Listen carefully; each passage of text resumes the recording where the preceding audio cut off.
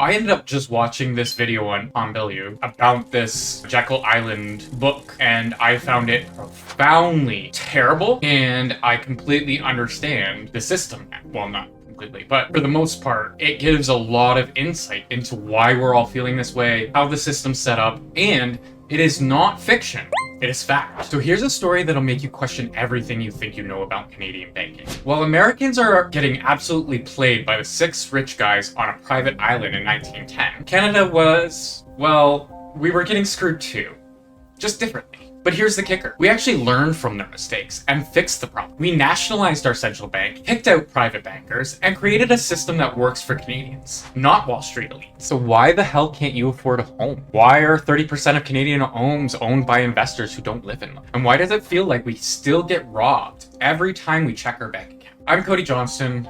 This is The Weird Canadian. Today we're diving deep into the most successful financial conspiracy in history, how Canada actually solved the problem that's bleeding Americans dry, and why we're still broke despite everything going right. Here's the thing that nobody talks about. Maybe the problem isn't who owns the money printer. Maybe the problem is having a money printer at all. Let me tell you about the most audacious financial heist in history. November 1910. 6 men representing a quarter of the world's wealth meet in secret on Jekyll Island, Georgia. No last names, no press, no record. If anybody asks, they're going duck hunting. But they're not hunting ducks. They were building the Federal Reserve, a private bank that prints money out of thin air and charges the American government interest on every dollar. The ultimate scam. And it's been running over a century. Nelson Aldrich, the chair of the Senate Finance Committee, Pat Andrew, a Harvard economics professor, Henry Davis from JP Morgan, Frank Vanderlip from the National City Bank, Paul Wahlberg, fresh from Germany's central banking system, and Arthur Sheldon, Aldrich's private secretary to keep. These 6 men controlled the biggest banking systems in America. JP Morgan, Rockefeller, Kuhn Loeb, and National City. They used fake names on the train. They called themselves the First Name Club and were so paranoid that meeting wasn't revealed to the public until the 1930s. And what did it create? The Federal Reserve Act of 1913, a law that gave private banks the power to create money and charge the government interest for the privilege. Every dollar in your wallet represents somebody having to pay back that interest to these banks. Here's where Canada comes in and where this story gets interesting. We watched the Americans create this monster. We saw it fail spectacularly during the Great Depression. And we said, hold my beer, we can do this better. In 1935, we created the Bank of Canada. And unlike the Americans, we didn't let private bankers run the show. We nationalized it in 1938. The Bank of Canada is owned by the Canadian government. The profits go to Canadian taxpayers, not private shareholders. We fixed the Jekyll Island problem before most people even knew it existed. So why are we so broke? Before 1935, Canada's banking system was actually pretty decent. We had charter banks serving local communities, and it worked for our scattered, mostly rural populations. And unlike our American counterparts, where their thousands of tiny banks kept failing every 15 years like clockwork, we had few big banks with branches everywhere. The Royal Bank,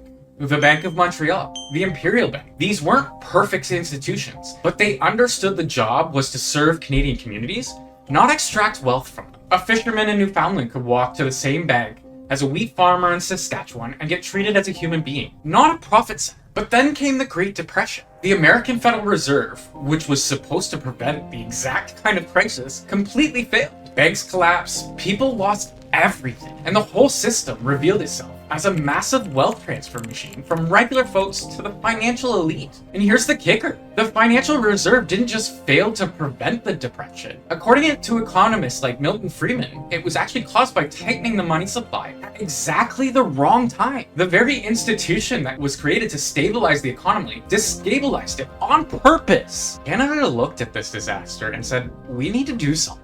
But we didn't just panic. We didn't rush on creating our own version of the Federal Reserve. We did something radical. We studied the fucking problem. Yeah, we learned. And in 1933, Prime Minister R.B. Bennett set up the Royal Commission on Banking and Currency, headed by Lord Macmillan. Their job? Figure out how to create a central bank that would serve Canadians, not bankers. They spent 2 years studying the central banks around the world, interviewing experts, analyzing what went wrong in other countries. The commission studied the Bank of England, the German Reichsbank, the Federal Reserve, and a dozen other central banks. They looked at what worked, what didn't, And most importantly, who benefited from the system? They came up with a radical conclusion. Canada's central bank should be publicly owned and accountable to Parliament, not private shareholders, not the institutional bankers, but to the people of Canada. This was revolutionary thinking. Remember, this was 1933. The Federal Reserve was 20 years old and already proving to be a disaster. Most countries had central banks controlled by private interests. But Canada said, why should private banks profit off of creating our money? July 3rd, 1934,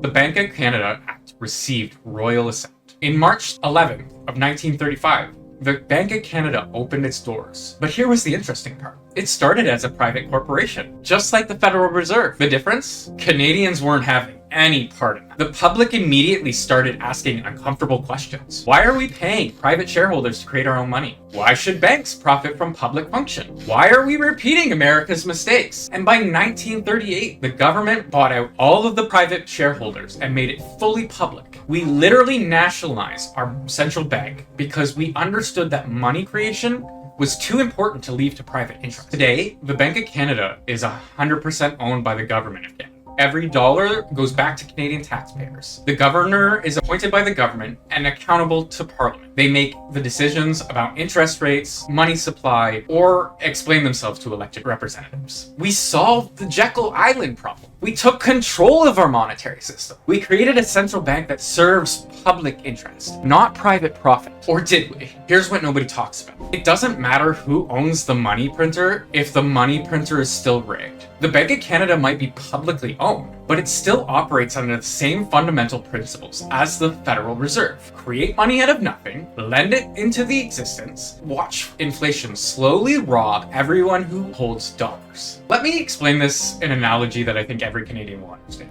Think of money like Tim Hortons coffee. The caffeine is purchasing power, what your dollar actually buys. And the water is inflation. Every time the Bank of Canada creates new money, they're adding water to your coffee. Sure, there's more coffee to go around, but yours gets weaker. You need to drink more to feel the same buzz. And who gets the fresh, strong coffee? The people who are first in line. Banks, government, large corporations. And by the time new money reaches your paycheck, it's been watered right the fuck down. The Bank of Canada targets a 2% inflation rate every year. That means they're deliberately making your money worth less. 2% doesn't sound like much, but when it compounds over 18 years, that time it takes for a kid to grow up, that's 43% of your purchasing power gone. If you save thousands of dollars when your kid was born for their education, it's worth $570 when they graduate. That's not some natural economic force. That is a policy choice. The Bank of Canada chooses to rob the savers to benefit the borrowers and the asset holders.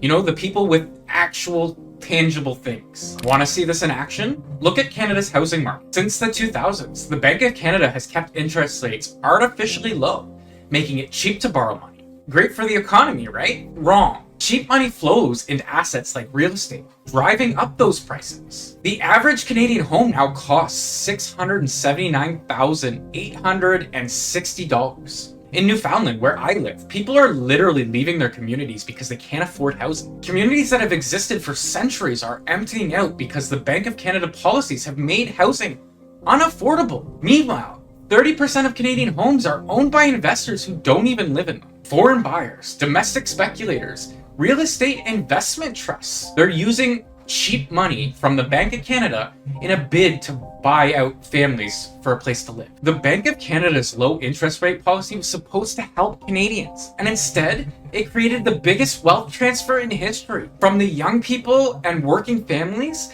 to property owners and speculators. Now we're paying the price in 2025. 60% of Canadian mortgages are renewing. Most of these were taken out during the pandemic at historic lows. Even though rates have come down from their peak, most families are still looking at payments increasing of hundreds of dollars a month.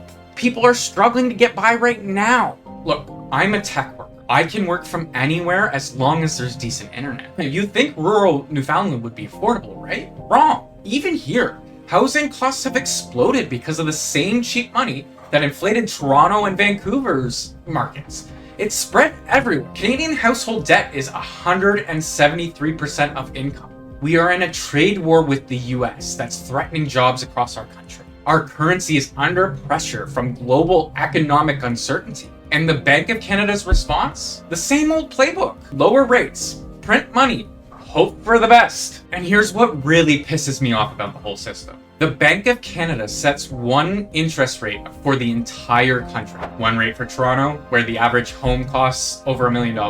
One rate for Vancouver, where foreign money has priced out entire generations. And one rate in rural Newfoundland, where people are living in these communities their families have lived in for centuries, are getting priced out. The government has just announced a $44 million to build 280 new homes in Newfoundland and Labrador. Sounds great, right? That's about $157,000 per home. But the average home price here is already pushing $300,000. We're building affordable housing that isn't affordable. This is what happens when you have a centralized monetary system making decisions for a diverse, geographically massive country. The Bank of Canada's policies might make sense for Bay Street, but they're destroying Main Street. I'm lucky. I can work remotely. I understand technology. I can navigate the digital banking system. But what about the 70-year-old fisherman who lives next door, who's been banking at the same branch for 40 years? And it's now closing because everything's going digital. The Bank of Canada's policies assumes everyone lives in a major city with high-speed internet and access to financial services. They don't account for the reality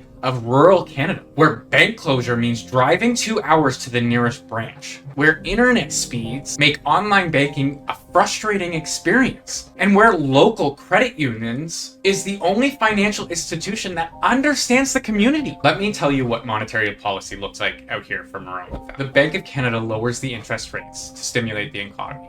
Great, right? Except those low interest rates don't help the fisherman who can't get a loan because his income is seasonal and unpredictable. They don't help small business owners who can compete with big box stores that have access to cheap corporate credit. What those low rates do is make it profitable for investors from Toronto and Vancouver to buy up all of these properties as vacation homes and rental investments. They drive up local housing costs while contributing nothing to the local economy. They turn communities into commodities. Now, I haven't lived my whole life in this community, but I have seen what devastation we have caused to them firsthand. The communities have survived an economic collapse in the 1990s that survived a generation of outmigration, finally to get killed by a monetary policy designed in Ottawa to benefit Toronto. The Bank of Canada talks about supporting economic growth. But what kind of growth? Growth that benefits who? When they lower interest rates, they're not thinking about the impact to rural communities. They're thinking about the GDP numbers, the stock market performance, and keeping federal government borrowing costs low. They are thinking about themselves. And let's talk about what this system has done to young Canadians. My generation was told to get an education, to work hard, and you'll be able to afford a home. Well, I got news for you. The game was rigged before you even started playing. Every dollar the Bank of Canada creates makes existing assets more expensive. If you already own a home, congratulations, you're getting richer. If you don't, you're getting poorer. It's a massive wealth transfer from young to old, from renters to owners, and from workers to asset holders. The median home price in Canada has increased over 400% since 2000, and the median income has only increased by about 60%. Do the math. It's not that hard. Housing becomes 6 times more expensive relative to income in just 25 years. This isn't some natural market force. This is a direct result of monetary policy that prioritizes asset price inflation over affordability. The Bank of Canada has systematically destroyed the ability for working people to build wealth through homeownership. And the response from policymakers?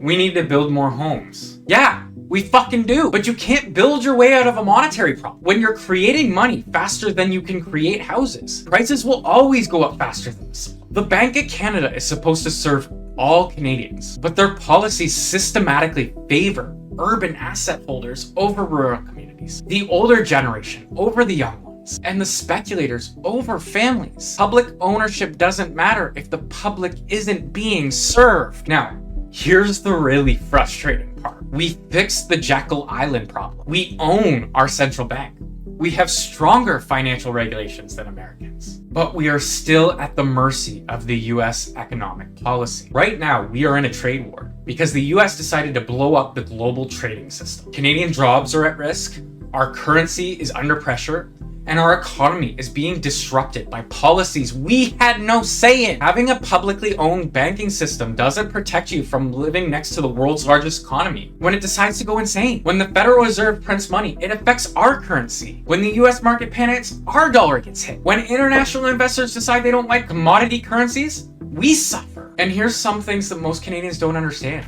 Our dollar is still part of a global fiat currency system. The Bank of Canada may be publicly owned, but it's still playing by the same rules of every other central bank. When the Federal Reserve creates trillions of dollars out of thin air, like they did during the pandemic, it doesn't just affect Americans. That money flows around the world, inflating assets everywhere, including Canada. Our housing bubble isn't just a Canadian problem. It is a part of a global asset price inflation caused by coordinated money printing. The Bank of Canada can't set interest rates independently of what the Federal Reserve does. If they raise rates too much, higher than the US rates, money flows south. Our dollar crashes and imports become unaffordable. If we keep them too low, they fuel speculation and asset bubbles. We are trapped in a system where our monetary policy is effectively controlled by decisions made in Washington by people who don't give a shit about Canadian communities. You know, the fucking nut job in the White House? He doesn't fucking care about us. And let's not forget, even though the Bank of Canada is publicly owned, the government still borrows money and still pays interest on it. Why? Because that's how the system works. Instead of just creating a debt-free money for public projects, we issue bonds, pay interest, and pretend this makes fiscal sense. The federal government pays billions in interest every year. To who? Bondholders, pension funds, and yes, foreign investors. We print our own money, but we're still paying rent on our own currency. Think about how insane this is. The Bank of Canada can create money out of nothing. The government owns the Bank of Canada. But instead of creating money directly for public spending, the government borrows money that the Bank of Canada creates and then pays interest on. Just think about it. They're fucking nuts. It's like owning a printing press, but choosing to borrow money from somebody else who uses your printing press to print the money that they lend you. And then you pay them interest for the privilege of doing that. This isn't an accident.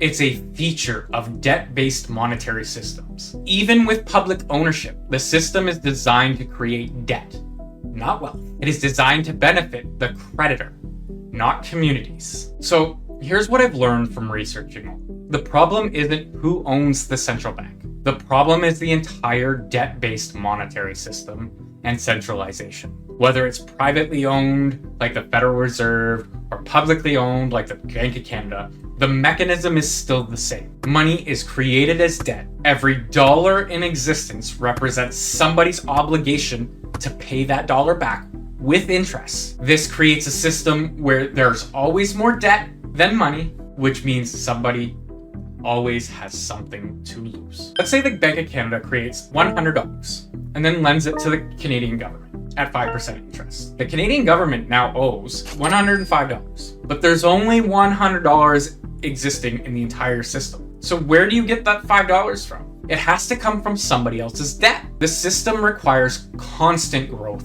in debt just to service the existing debt. It is a pyramid scheme where the entire base of the pyramid is somebody who works for a fucking living. And inflation? That's just not some natural economic force.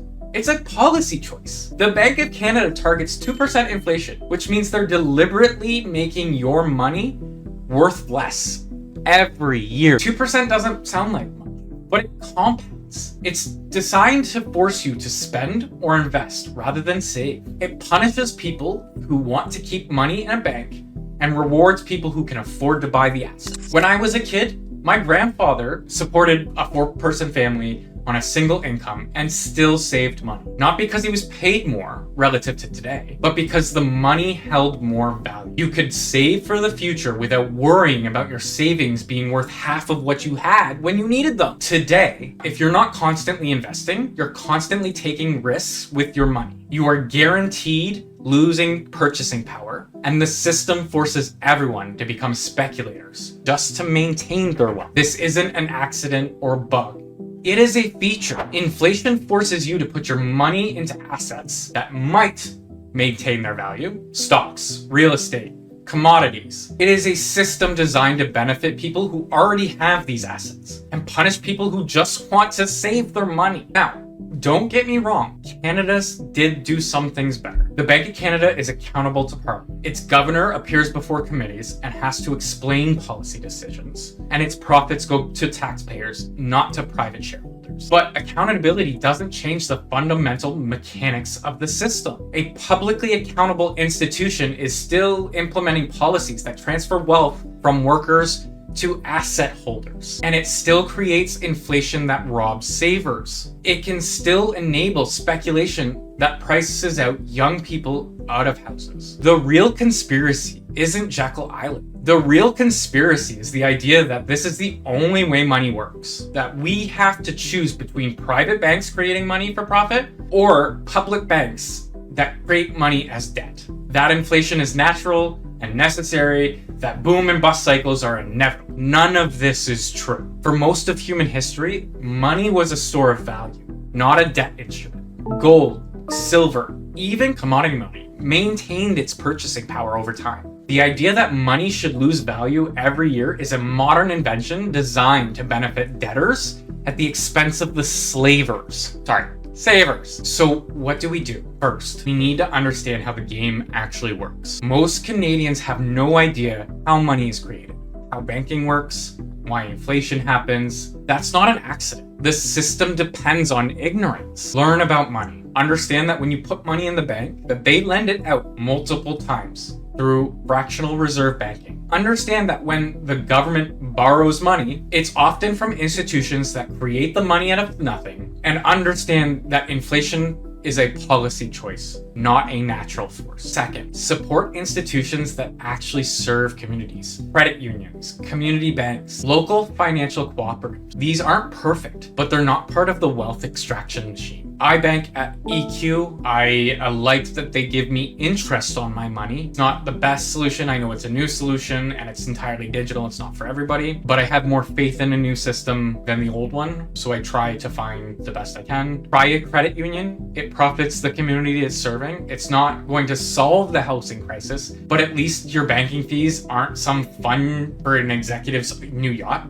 Third, demand better from our politicians. I'm pretty sure none of them know this either, or the vast majority don't. The Bank of Canada is accountable to Parliament, so Parliament needs to ask better questions. Why are we targeting inflation that robs savers? Why are we enabling speculation to price out families? Why are we using debt-based systems when we own our own money printer? Also, contact your MP. Ask them to explain why the Bank of Canada targets 2% inflation. Ask them why the government borrows money instead of creating a debt-free money. Ask them why monetary policy serves asset holders and not working families. Fourth, support local economies. Buy from local businesses. Use local services. Keep money circulating in your community instead of flowing into distant shareholders. Every dollar you spend locally is a vote for a different kind of economy. Rural communities are bound to be booming in new economies. There is so much opportunity out here for a new life, new businesses, new systems. Come out and build them. And finally, we need to have a conversation about alternatives. Maybe the problem isn't who owns the central bank. Maybe the problem is having a central bank. Maybe if we didn't need to think about sound money,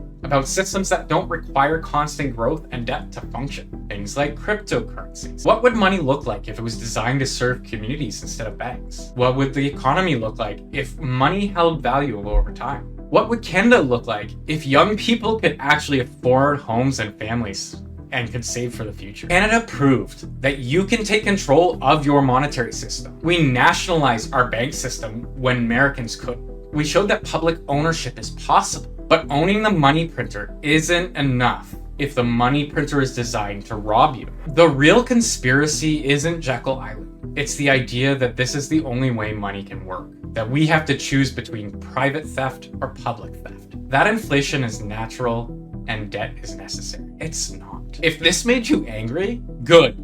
It should. Subscribe to The Weird Canadian if you want more deep dives into our system that shape our lives. Hit that notification bell because YouTube's algorithm is as trustworthy as a central banker's promise. And let me know in the comments what you think sound money would look like in Canada. What questions should Parliament be asking of the Bank of Canada? And what do we do to build an economy that serves communities instead of speculators? This is Cody Johnston, and this has been The Weird Canadian. Thank you for watching. Peace out.